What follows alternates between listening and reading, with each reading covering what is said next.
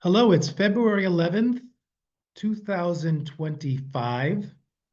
It's Barbara's birthday, one of the people who are joining us here. So let's all wish Barbara a happy birthday. Happy birthday from Happy everyone around the world. birthday. You. Thank you. I'm Joe Weston, and we're here for our monthly Global Heart Gathering. And it's great to be here. As you can see, I'm in a different location. I'm now going to be spending time in Europe. My book has been published in Italian. That's it right there. And I'll be spending some time there promoting it and doing other things around Europe, as well as continuing to work in the US.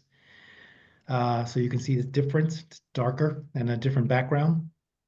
And as always, I'm grateful to be here. And what's beautiful about our gathering is that it doesn't matter where we are in the world, we can stay connected. And many of us join in on this actual hour on the World Wide Web, and many of us just hold space and are with us in their own way.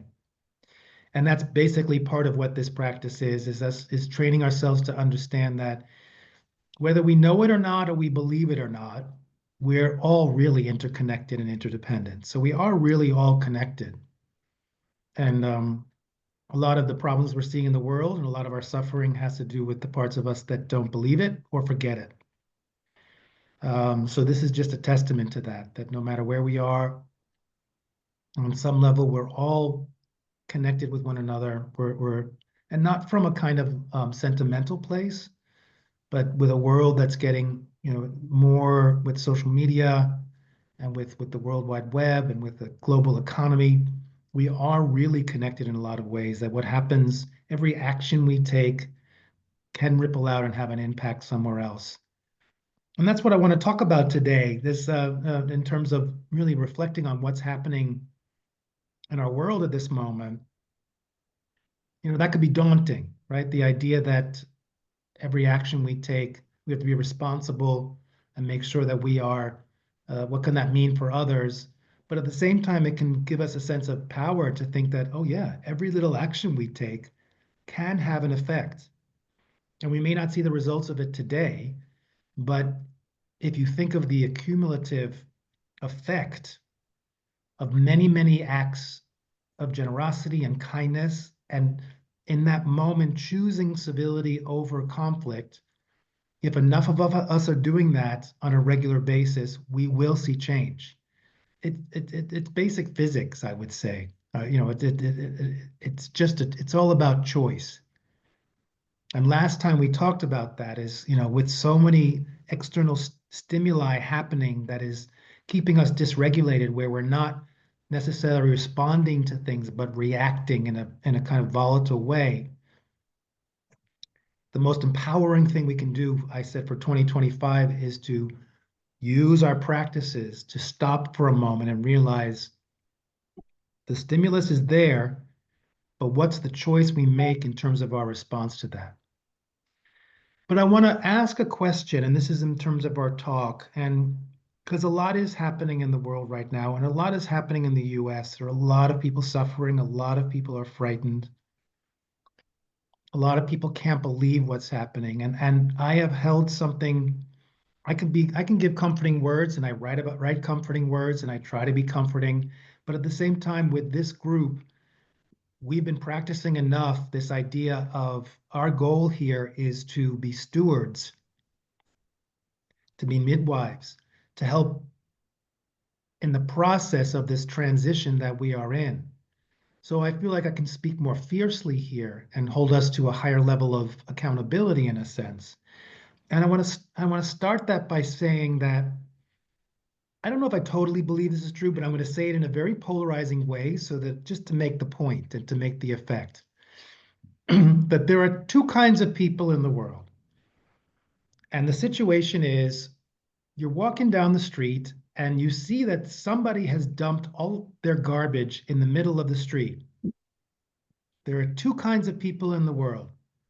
There are the kind of people who say, it's not my garbage, and they walk past it. I didn't cause that. It's not mine. I'm not going to clean it up. And there are those who say, I didn't do it, but it's my street and I can't live with leaving it, so I'm going to clean it up. Right? would you say? I'm Yeah. curious with you all, which one are you? Are you the one who walks past the garbage, or are you the one who, be honest, Absolutely. Cleans it up. you clean it up? Barbara, anybody else? Mostly I clean it up, but sometimes I don't. A Good few answer. places ago that I lived, I started mowing a lot across the street from my house. Okay, Before very long, two of the neighbors, one walked along with a trash bag and picked up stuff, and another one mowed it. And they continued to do that for years after I left. So it nice. really had a long impact from Like, okay. the day that I was fed up and took a weed whacker and a lawnmower over there and started working on public land.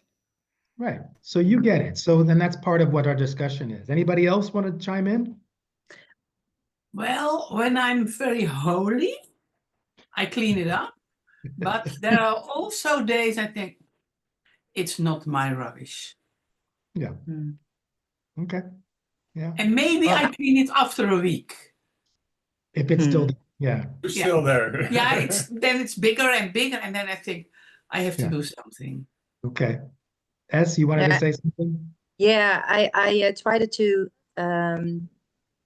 connect to the kids that are walking my street, because I think they haven't learned from their parents to pick up their stuff because they eat sweets and just drop it down. And I walked over to them and they were playing, and I said, well, I have a feeling that some people are just leaving it there. Would you like to help me?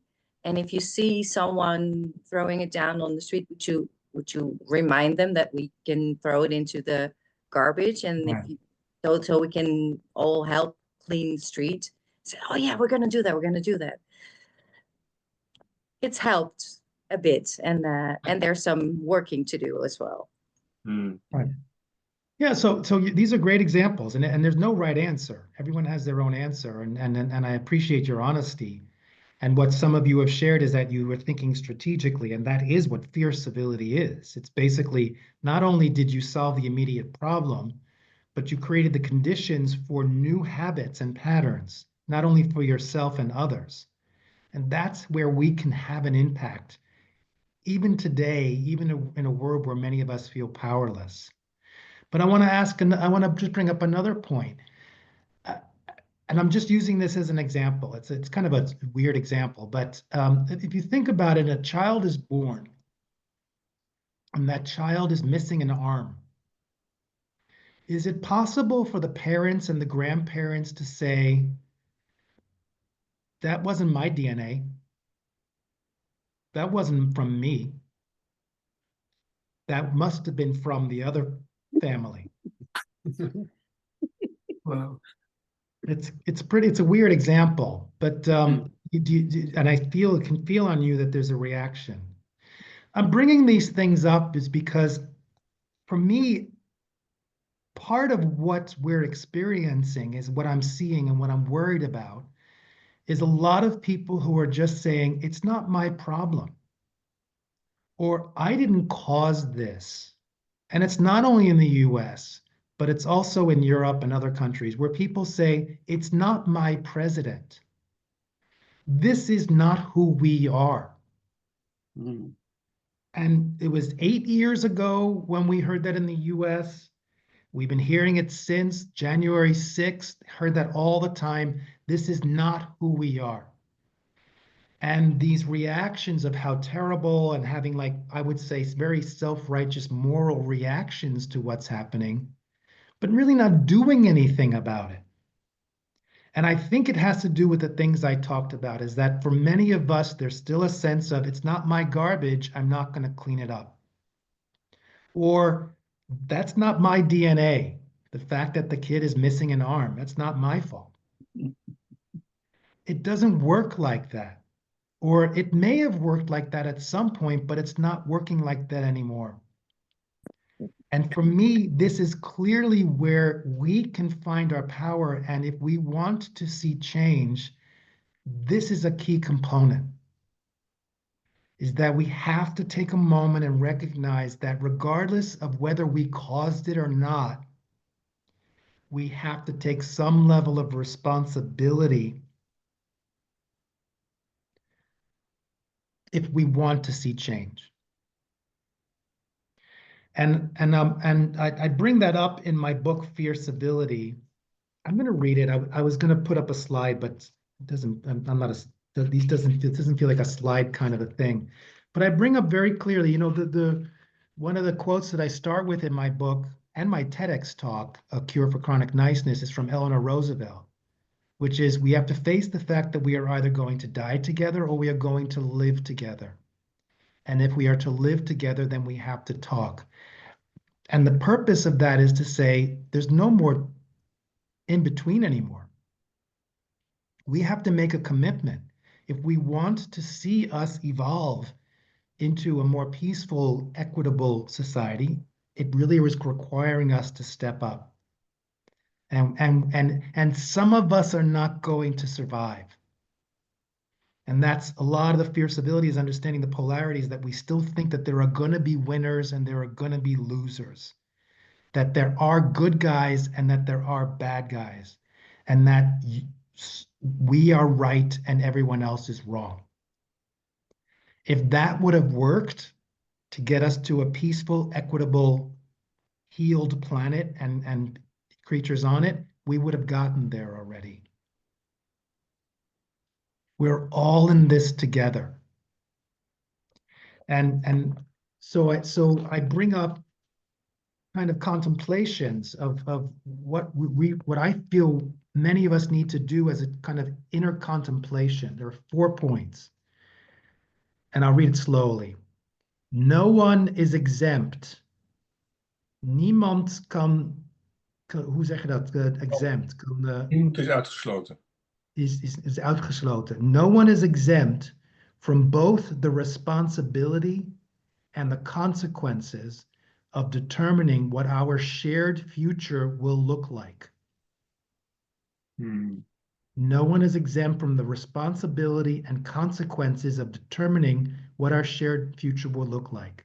There's no more time to sit back and watch like a movie what's happening. Because not making a choice is still making a choice. Yeah.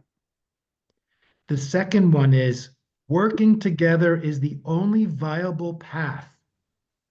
De enige pad die wel tot een goede conclusie kan komen.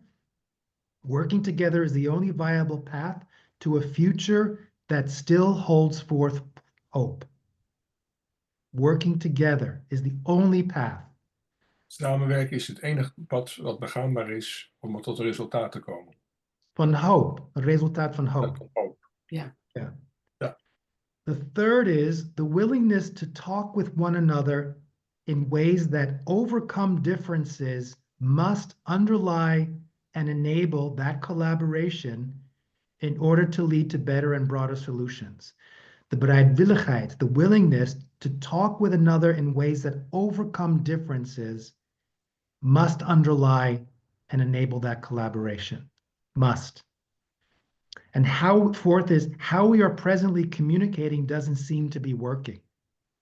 We need new, upgraded ways to talk and engage that meets the challenges of our current, the needs of our current challenges. Yeah. But it's that first one that I think is an important step for many of us, is to accept that it may not have been your DNA that caused that child to not have an arm, but you loved that child.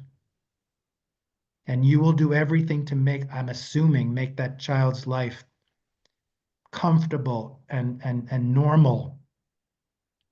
It's not your garbage, but at a certain point, if it keeps accumulating, everyone is suffering from that. And for me, I think that's an important thing that we're seeing, is that there's still too much of like, that's not my thing, that's not my problem, I didn't cause it, I voted this way, I didn't vote that way. And until we can shift that, I don't think we're going to see a lot of changes. And that's also in Britain, that's also in Europe, that's also in the Middle East. We're seeing it everywhere, really. And in a sense, because we're in this kind of panic state, as I always say, we're in a fight, flight, freeze response. Some of us are frozen and don't know what to do. Some of us are trying to escape and to just live in a time that doesn't exist anymore. And some of us are fighting the system and not realizing that's only feeding the system. And so what I suggest as a solution is, and I bring this up also in trainings in terms of what really brings about transformation. First thing we need to do is what we've been doing, is take care of ourselves. That's the essential thing. We must cultivate our resilience. We must cultivate our relationships so we're staying connected.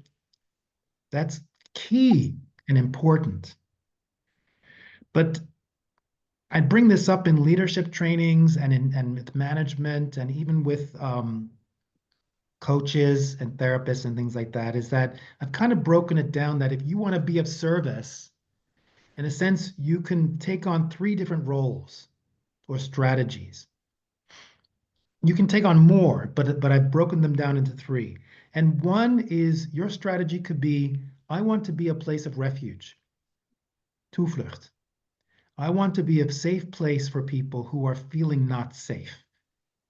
And I'm seeing that a lot in a lot of communities, particularly right now in the US, that people are stepping up and their purpose is to just create space, a safe space for people who are suffering. And it's very honorable. Another one is to soothe, kalmeren, is to take on the role of soothing people who are in pain. So both of them can help people out of their fight, flight, freeze response to create a place of refuge and to soothe. The third one is actually creating the conditions for transformation. And they're different. And in fact, if you're going to create the circumstances for transformation, it's going to be uncomfortable. And I would say that to successfully create the conditions for transformation, you must, to create refuge means you're creating safety. To soothe and calm people, that's creating trust. So the basis of transformation has to be safety and trust. But I believe, I'm not saying I'm right, but I believe we are not going to see our current situation shift if we don't have more of us step into the role of transformers. I think now at this time, it's also new what's happening in the US and also in Europe and other places, that what we need are our refuge people and we need our soothers. But it can't stop there. There have to be people who want to transform and not break things down, but to be in that really difficult, uncomfortable place of creating, of shifting what's happening. It's possible. It's been done before. Everything is impermanent. So why isn't our current administration in the US also? It's also impermanent. And you either, and if you're in a fear response, then that's fine. Find a way to find your refuge and your soothing to get out of the fear response and to remember that we always have the power. And I bring it back to, as a conclusion, the way we are going to fully step into our power and be agents of transformation at this time is to recognize that first step of the 4 contemplations, is that we are not exempt from what has happened. We may not have voted a certain way, but it's impossible to say, I didn't make that happen. As long as you're a citizen in a country, even if you did all the right things, somehow you're part of what is unfolding in that country. And that doesn't mean you should feel shame, doesn't mean you should feel blame, doesn't mean you're good or bad. It simply is a way of empowering and energizing you to say, okay, I take responsibility for this. And I take responsibility more for the solution of this. Do you have any reflections on that? What I say? To me, Joe, the biggest issue, I am an activist, but the issue of the collision between safety and transformation and being able to step into a role when the vulnerability is so great. I need your counsel on how you do that, because the response is to fire and get rid of and annihilate individuals who have the courage to speak out at all levels. How do we cross that boundary? Well, I think it's a question of realizing that if you use the US as an example, believe it or not, it's only been 2.5 weeks. So it may feel like a lifetime. And I think that, and I've said this, I said what my observation, having lived outside of the United States for many years and worked in many cultures around the world and learned from a lot of cultures, is that what the US is, the citizens of the US who are younger than 80 and didn't experience World War II are going to now experience what the rest of the world always experiences. And I think it's just going to take some time for people to, their nervous systems to register that. It's all new. So I think, so the answer I would say is yes, first make sure you're safe and that you take care of yourself. And after 2.5 weeks, that's not enough time for the onslaught of what's happening. But at a certain point, when are you feeling resourceful enough to see what steps can you take? And we're not going, and it's not going to be a question of shifting things overnight. And I think that one strategy could be is to first consider what led us here. What didn't I do? Or what did I do for the last 1, 2, 5, 10 years that helped contribute to where we currently are? Because I think by observing that, there'll be information there of, okay, so I can trace now what I didn't or did do. And just within myself, I can make different choices. And my strategy is always for transformation. It's a long process, and I talk about that in the book, Fierce Civility, is the 3 steps. Is first power within. How do I really cultivate a deep, strong sense of inner resource, living from my values?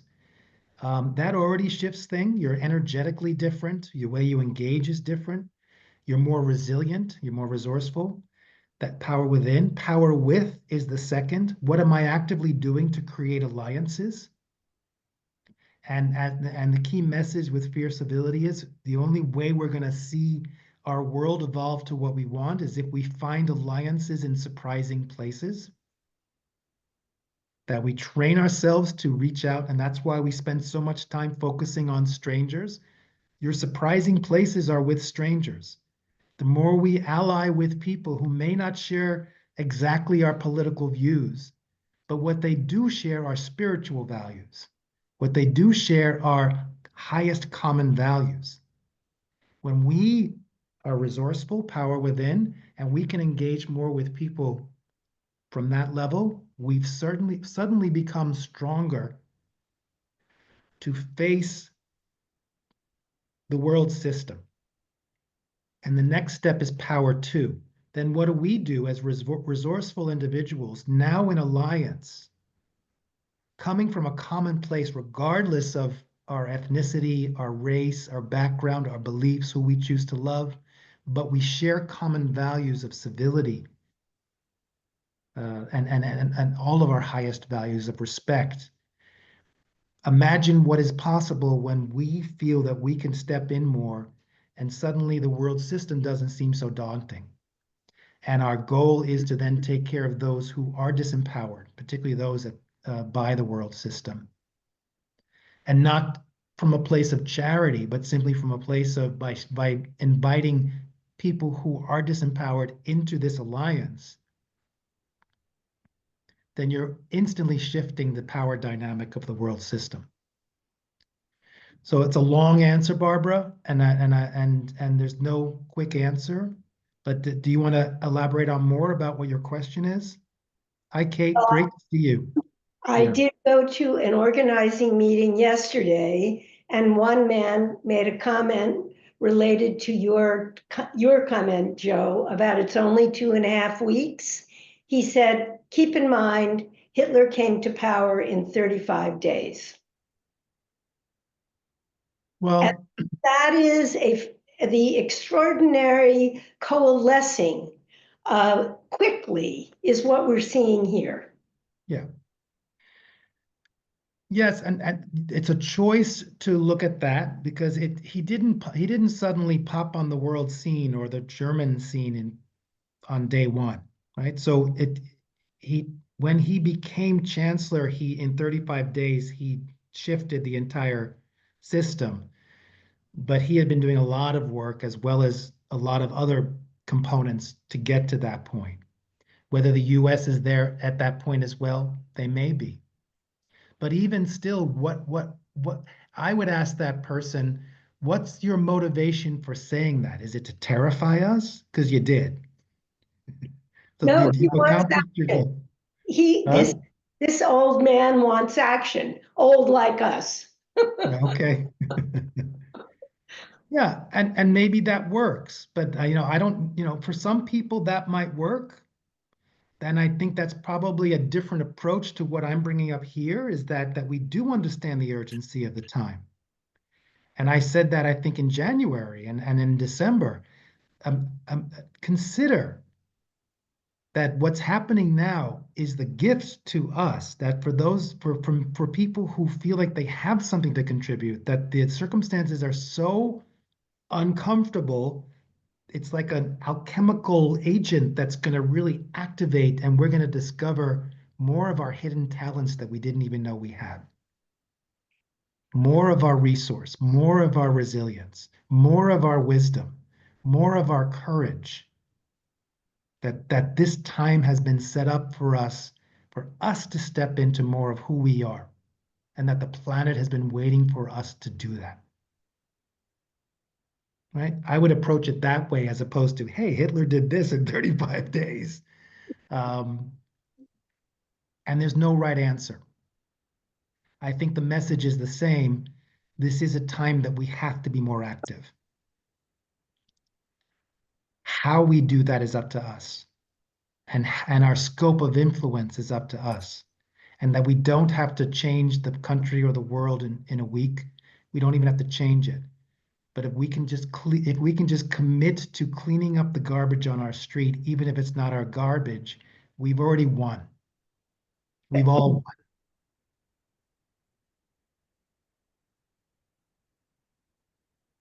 Cindy. How do we counter the disinformation and polarity in news sources? It's like I have the privilege of being able to pass a paywall on one local activist in Rhode Island to get more information from his reporting. I can pass a paywall on a couple other, not neutral, but more factual sources of information. And they will sometimes expound on ramifications of things as they see it. And we never know what that domino effect is from things that we do, say, write, vote to make happen. Right. I had a conversation with someone that was in my house this morning to work on something, and he's like railing on about an immigrant that he knew that was scamming the system. And I'm like, you got two issues there. One of my favorite people to work with before I retired was someone with a green card, and he was one of the hardest working people going. And yes, we both hate people that scam the system. That's your answer.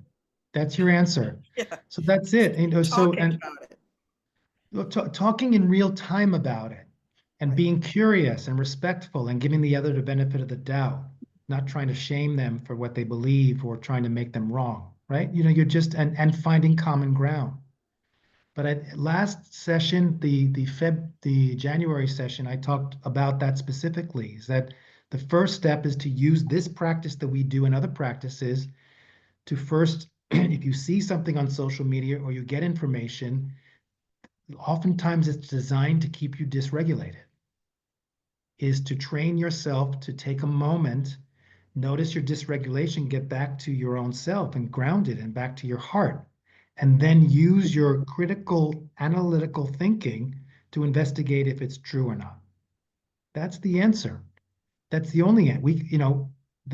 If we had the capacity to eliminate mis and disinformation, let's have that conversation. But the first step is that at least we don't get caught up in what many are trying to do, which is to keep us dysregulated and confused. And that we investigate our information and we do look for other sources. There are news outlets that are not American, that are from other countries, that I'm not saying that they're right, but you just gather different perspectives. And you question and you find as many ways to be in real time with people that's not through the internet. I think that's what's going to force us to do, that we actually sit down and we actually can get back to gathering in public places again. So it's a lot. And again, I'm not saying I have the answers, but I just wanted to bring this in that, if soothing is what you need right now, then go for it. And if you are a soother, there are plenty of people out there that need it. If you need refuge and a safe place, then seek it out. That's all you need to do right now. And if you are someone who is good at, and that's what this practice is that we become refuge. We walk through the world with that compassion and action where we just naturally are refuge for people. If that's what you need to do for others or you need it, go for it. But there's got to come a point where we realize if we want to see things transform, we have to get activated in the process of transformation within ourselves, within our relationships, and within the system. So let's take this into our practice.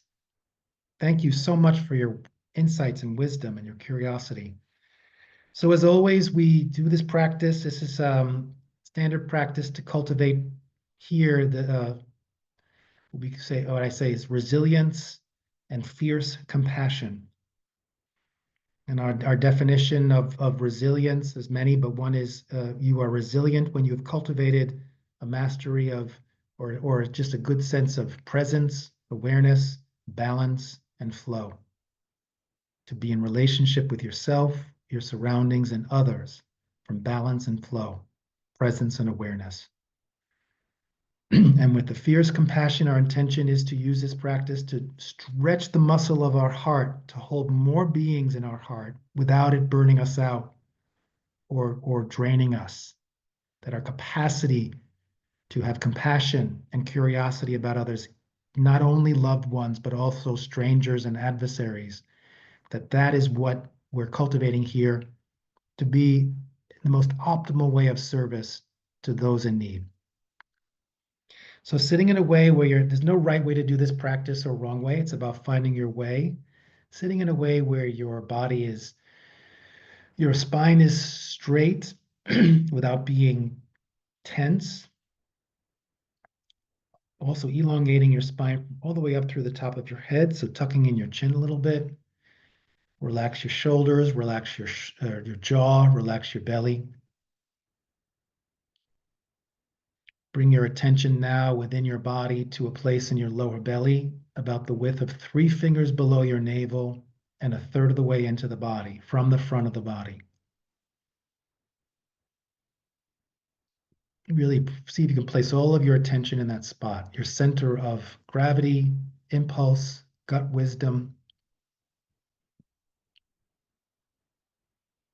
personal power, and specifically awareness. Cultivating your capacity to perceive your reality.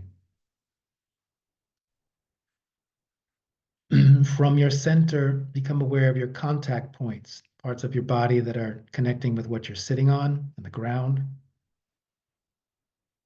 Perceiving that from your center.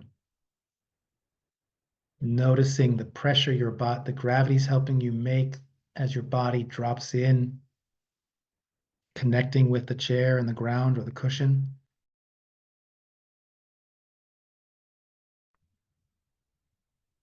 And as you become aware of the stability under you, inviting your nervous system and your whole body to be held. Let yourself be held.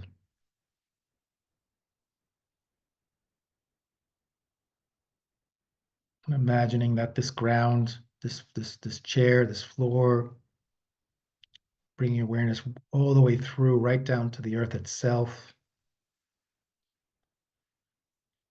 Cultivating that practice of always feeling held by Mother Earth. Remembering that Mother Earth does not discriminate. She holds each and every one of us equally. Without question.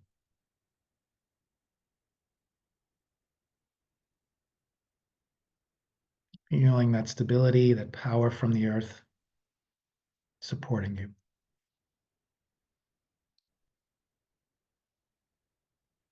Using this practice to cultivate a deeper relationship with the present moment, beginning with yourself. So from your center, become aware of your physical body.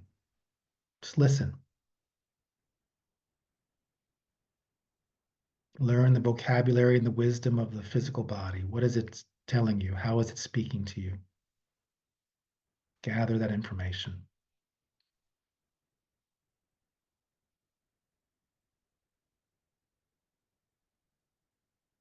From your center, become aware of your emotional body.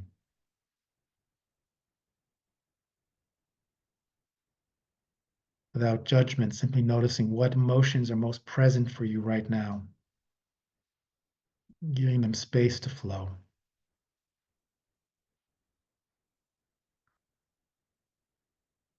From your center, become aware of your mental body, your thoughts. Not necessarily focusing on what you're thinking, but the quality of your thoughts. In this moment, are they rushing like a train, or slow? Are they judgmental? Are they spacious and generous?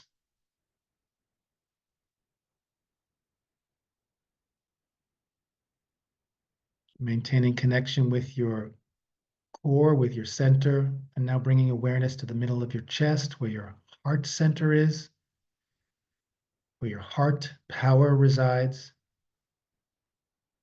Compassion, respect, courage.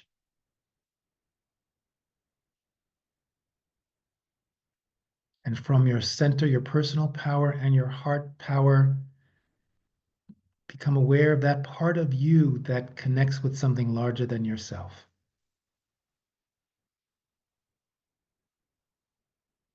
And from that part of you, become aware of or ask the question, how connected do you feel in this moment to something larger than yourself?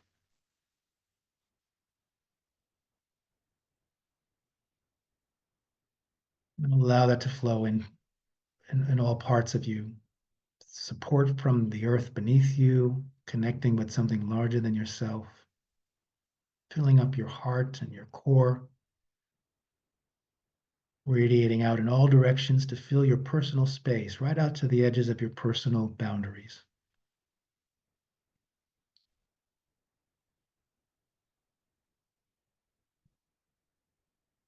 And with this awareness of yourself in this present moment, from your center and from your heart, take a full breath in through your nose and out through your mouth. Building on this awareness from your center and from your heart, become aware of your surroundings, keeping your eyes closed, using your perception and your heart to connect in with your surroundings in all directions, placing yourself in a context.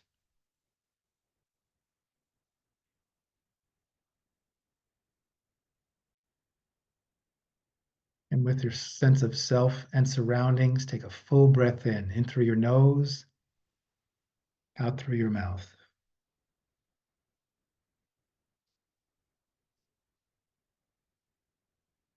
And with a sense of self and surroundings from your center and from your heart, become aware of those in this meditation circle, this gathering. Those who are gathering currently on the World Wide Web with us in various parts of North America and Europe. And those who are with us in their own ways.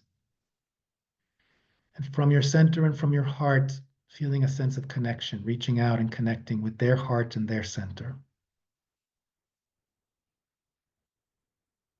Power within, power with. Allowing energy to flow and emotions to flow. And with this awareness of self, surroundings, and those in this meditation circle, from your center and from your heart, take a full breath in.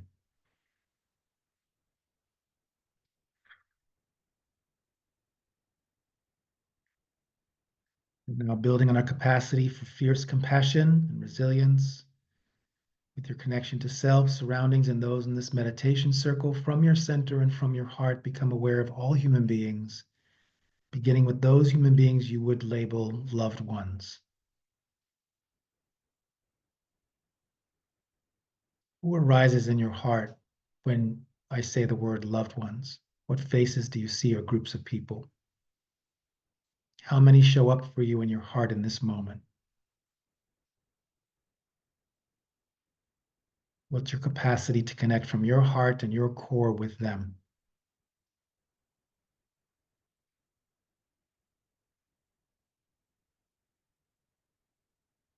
And as you engage with them, simply ask yourself the question, what might be needed of me in this moment with my loved ones? Do they need me to be refuge?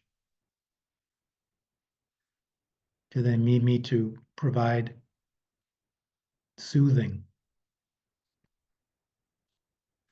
Or do they need me right now to activate within them some level of transformation of some kind? And the purpose of this practice isn't so much that you always have an answer. It's learning the new habit of simply asking the questions. What is needed from me at this time with this person, with those people I call loved ones? Soothing, refuge, or transformation? Let them from their hearts answer.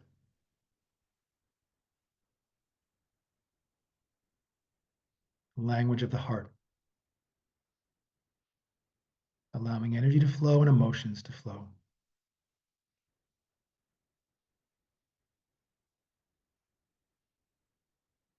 We're going to shift the pattern again this time. And now I'd like you from your center and your heart to connect with those human beings you would label adversary. Who arises in your heart? What faces do you see? How many? What groups of people? How many come up in your heart at this moment? Did that shift your level of open-heartedness or your own sense of safety? In what capacity do you have right now to connect with them from your core, your personal power, and from your heart?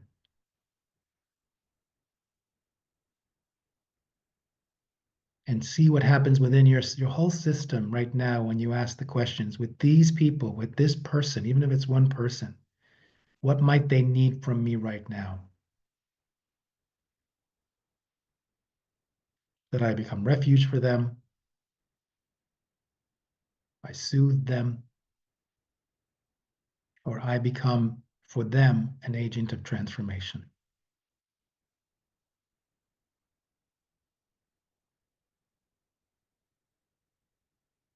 Again, the practice is simply to ask the question and stay in the energy of that.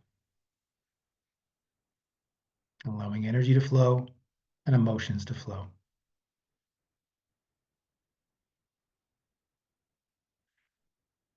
Now, from your center and from your heart, becoming aware of those human beings you would label stranger, those you don't know. Most likely billions of people. Who arises in your heart? What faces do you see? Groups of people. Could be a neighbor, could be someone you saw at the supermarket, Could be someone you saw on the news, someone you imagine on another continent. Who arises for you today? And how many of those billions of people can you hold in your heart without overstretching yourself? And as you engage with them from your core, your personal power, and from your heart, asking the question, what might you need of me in this moment? Could I be refuge for you? Could I find a way to soothe you? Can I be humbly an agent of transformation for you? Let them answer from their heart.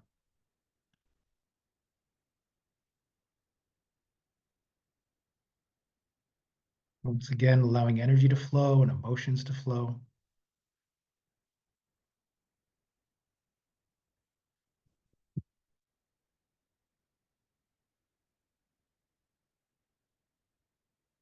Imagine now, as you are engaging with all human beings, that this habit actually somehow is planted into their hearts. That this becomes normal for them, that they, as they engage with anyone, that their question is always, what do you need from me right now?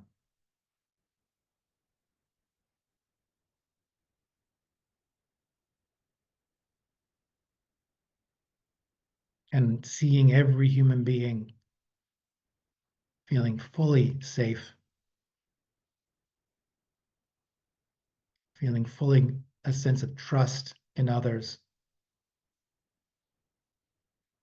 and that each human being goes through the appropriate transformation they need to connect even deeper with their own hearts.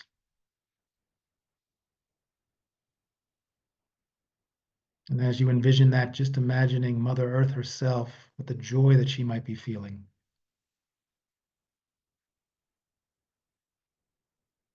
And all of its creatures.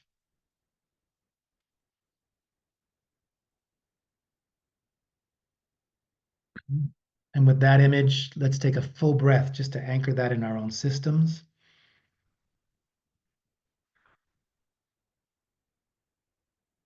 Now allowing all human beings to flow into your heart as you bring your connection and awareness back to those in this meditation circle. Just take a moment of gratitude for those sharing this space with you, with us. Allowing those in this meditation circle to flow into our hearts as we bring our awareness back to our surroundings, coming back into the space we are currently in.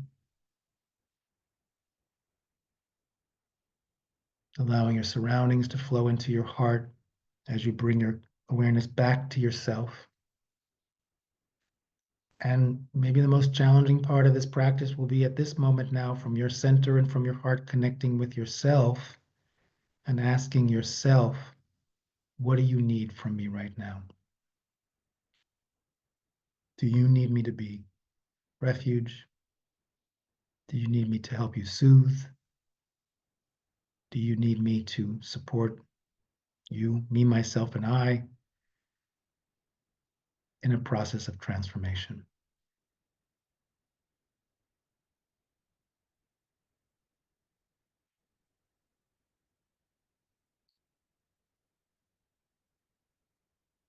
Allowing this practice to now, the benefits of this practice to now seep into every single cell of your body, enlivening and activating, enlightening, bringing light to every cell of your body. The benefits of this practice seeping into all of your organs as a way to nourish and heal. Seeping into your nervous system as a way to remember this, muscle memory. And as a way to close this practice, let's take one final breath. In through your nose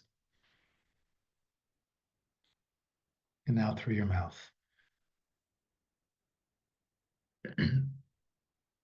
When you're ready, slowly open your eyes. Look around the room, stretch your body, shake your body a little bit.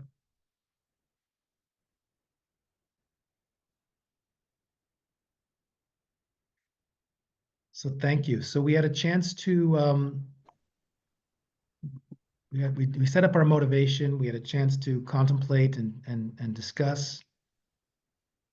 We did our practice, and now we have a chance to reflect. We have a few minutes, but does anybody want to share anything about what's on your heart based on what we discussed or from the practice itself?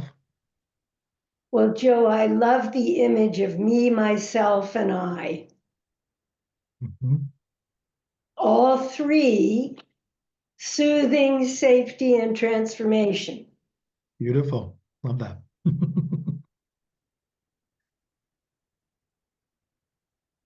Thank you. I appreciate your perspective on change and how it happens, and your encouragement to be active in soothing and moving out in the world both. Thank you. Yeah, and I appreciate that this helps to be not intimidated and let you get into a corner without resisting the things that are coming. Thank you, Henk.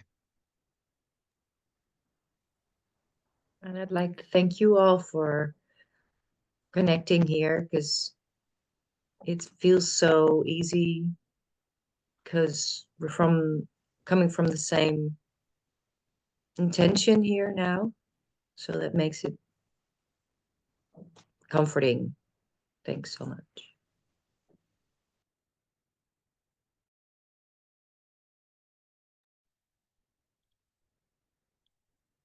Okay, well, let's do our dedication, and then I have a couple of announcements. So we've just generated some really beautiful energy with each other, powerful energy, soothing and refugee, and not refugee, but refugee, refugish, and transformative energy. May these energies seep into each and every one's heart that activates within them courage at this time. However they want to take that out at this time, to find their own inner peace and to find a way to be part of the solution. And a special birthday wish again to Barbara, whose birthday today. So a couple of announcements. I'm going to just put some links in the, so as always, I don't ask for money up front, but if you want to make a donation for this, there's a link there. It says link to donation page. So you can just grab that link. If you feeling generous or offer anything you'd like to offer. And if you don't have it or the resources at this moment, don't feel like you need to. If you want to sign up for our newsletter to just get an idea of what we're doing, please do. There's an events page, plenty of resources on the website for articles I've done, podcasts, and all of the global heart practices you can find. If you want to reach out to me, there's also a link to contact me if you have questions or just want to share some stories or whatever. Also for upcoming events. To purchase my books, there's a link there. It's also on the website. And if you're feeling compelled to want to get some Occupy Here merchandise, a t-shirt or a mug, big heart that says Occupy Here on it, that in itself is a way of maybe bringing refuge or soothing or transformation to some. And as I said, we're doing this every second Tuesday of the month at 12 p.m. Eastern Standard Time. So if this resonates with you, please put it in your agenda, in your calendars, in your agenda.